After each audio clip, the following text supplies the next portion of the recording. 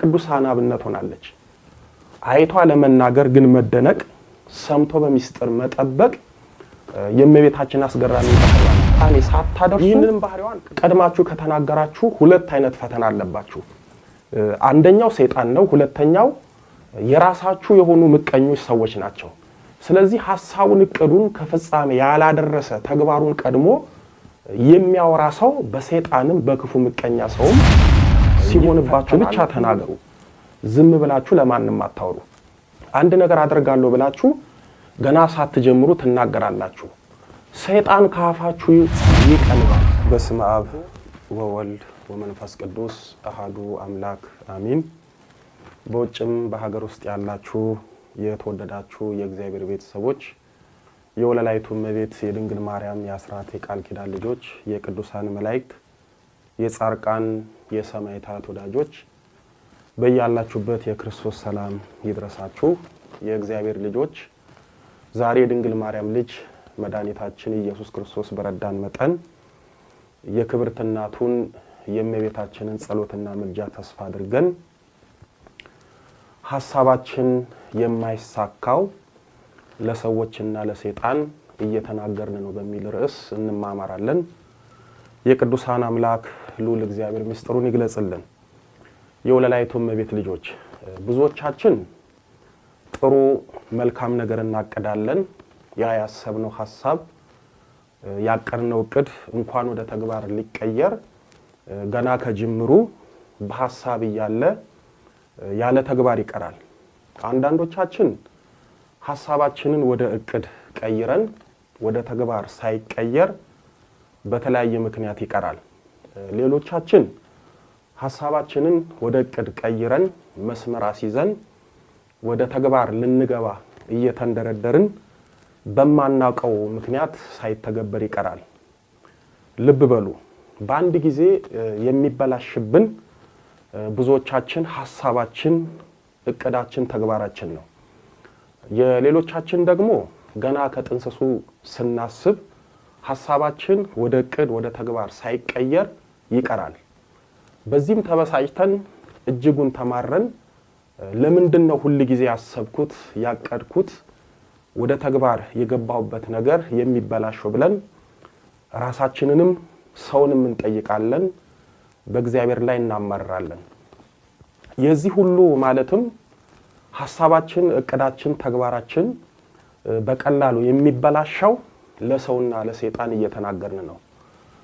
አንድ ሰው አይደለም ተግባሩን ገና ከጅምሩ ሊፈጽም ሊያደርግ ያሰበው የድርጊቱን ሐሳብ ለሰዎች በተለይ ለጓደኞቹ እንደ በጎ አድርጎ ከተናገረ ሰይጣን በቀላሉ ያበላሽበታል።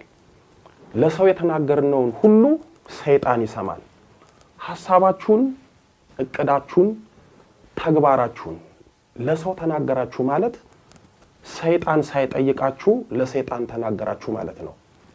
ሐሳብ ወደ እቅድ ይቀየራል፣ እቅድ ደግሞ ወደ ተግባር ይቀየራል። የሚገርመው ሰው ሐሳቡን ከተናገረ እቅዱን ተግባሩን ስለተናገረ ከሐሳብ ጅምሩ ነገሩ ይበላሽበታል። ዝም ብላችሁ ወደ ተግባር ግቡ፣ አታውሩ፣ ለሰው ሁሉ አትናገሩ። አንዳንዱ ሊተገብረው ያሰበውን የተግባር ሐሳቡን ለሰው ይናገራል፣ ሰይጣን ያበላሽበታል። አንዳንድ ጅሎች ይሁኑ የዋሆች አንድ ነገር ጀምራለሁ ይበላሽብኛል ይላሉ። ከመጀመራችሁ በፊት ታውሩና መረጃ ለሰይጣን ትሰጡና ሳትተገብሩ ከጅምሩ ይበላሽባችኋል። ለሰዎች ሳታውሩ በልባችሁ ይዛችሁ ስሩ፣ አታውሩ። እስኪ ነገሮችን ሁሉ አለማውራትና በልብ መያዝ ከመቤታችን ተማሩ። ቅዱሳን ሐዋርያት ያዩትን ከጌታ የሰሙትን በመንፈስ ቅዱስ የተገለጸላቸውን ግድ ስለሆነ በወንጌል ተናግረዋል። ስለዚህ የምንናገረው አለ፣ የምንሰውረው የማንናገረው አለ። ወደ እመቤታችን ስንመጣ ደግሞ እመቤታችን አይታ ሰምታ ከመናገር በልቦና ማኖር መርጣለች። እመቤታችን በሕይወቷ የሆነውን ነገር ሁሉ በልቧ ስለምታኖር ስለማትናገር አይሁድ ተወዳጅ ልጇን ሎቱ ስብሐት የዮሴፍ ልጅ እስከ ማለት ደርሰዋል። በዚህ በዝምታ ባህሪዋ ለቅዱሳን አብነት ሆናለች። አይቷ ለመናገር ግን መደነቅ፣ ሰምቶ በሚስጥር መጠበቅ የእመቤታችን አስገራሚ ባህሪዋ ነበር። ይህንንም ባህሪዋን ቅዱስ ሉቃስ በሉቃስ ወንጌል በምዕራፍ 2 ቁጥር 51 ላይ እናቱም ይህንን ነገር ሁሉ በልቧ ተጠብቀው ነበር በማለት ጽፎልናል። ስለዚህ እመቤታችን የሚስጥር ሙዳይ ናት። እኛም እንደሷ ነገሮችን ከመናገር በሚስጥር መያዝን መልመድ አለብን።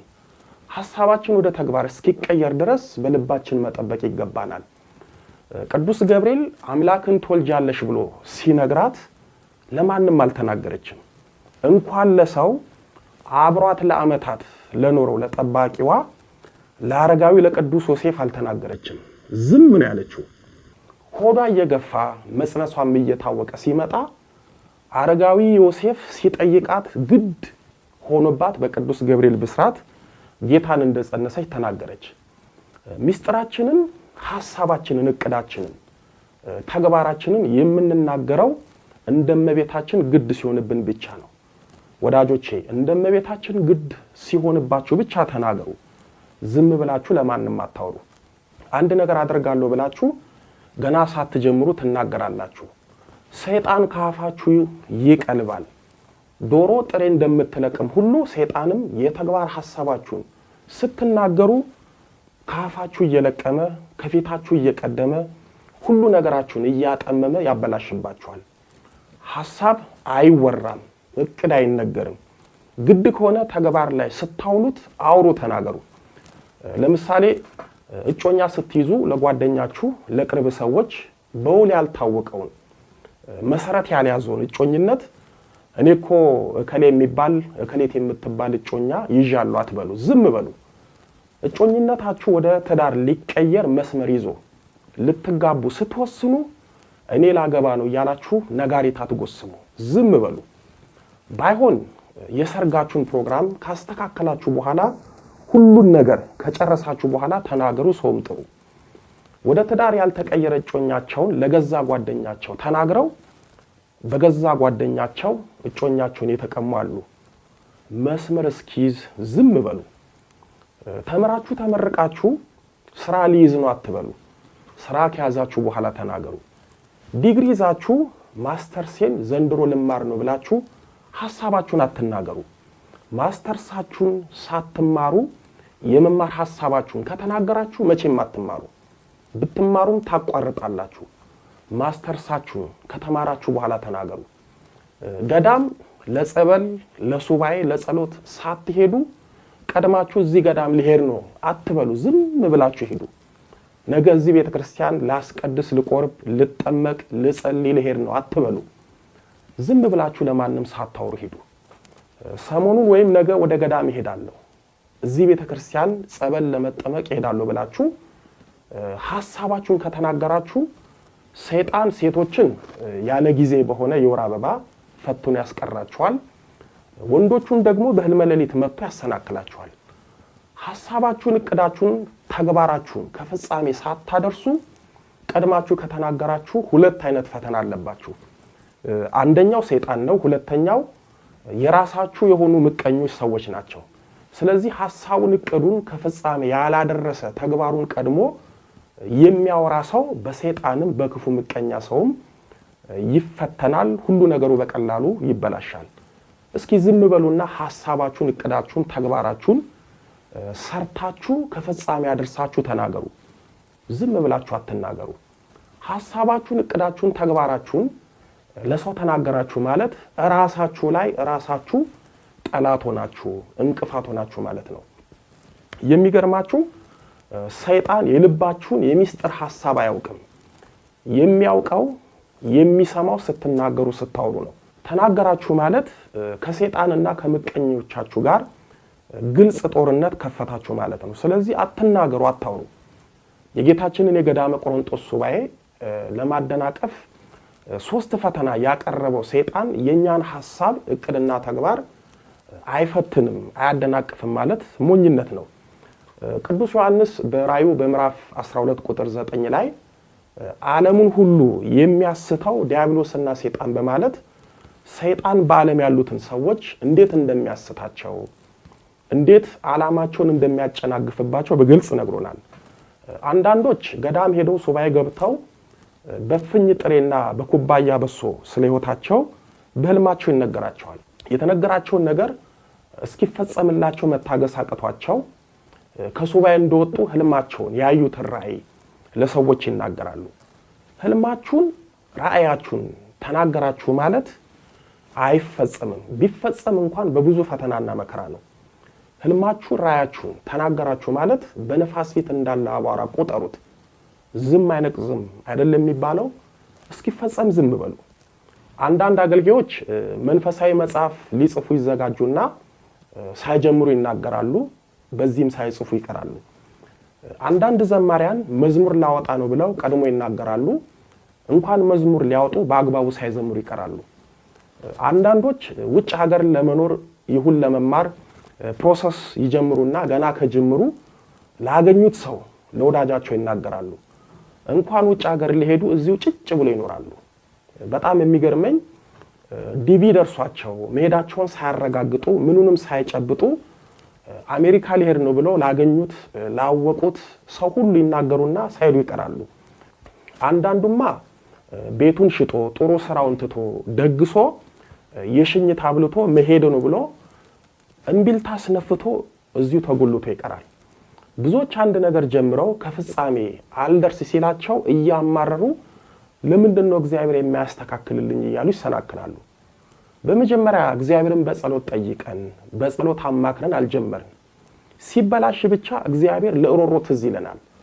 ታዲያ ያሰባችሁት ያቀዳችሁት ልትተገብሩት የፈለጋችሁት ነገር ለማን እንንገር ካላችሁ አንደኛ ከፍጻሜ እንዲደርስላችሁ በጸሎት ለእግዚአብሔር ንገሩ። ሁለተኛ ከፍጻሜ እንዲደርስላችሁ ለእመቤታችን ለቅዱሳን መላእክትና ለቅዱሳን እናት አባቶቻችን በጸሎት ንገሩ። ያኔ ይፈጸማል፣ ከፍጻሜ ይደርሳል።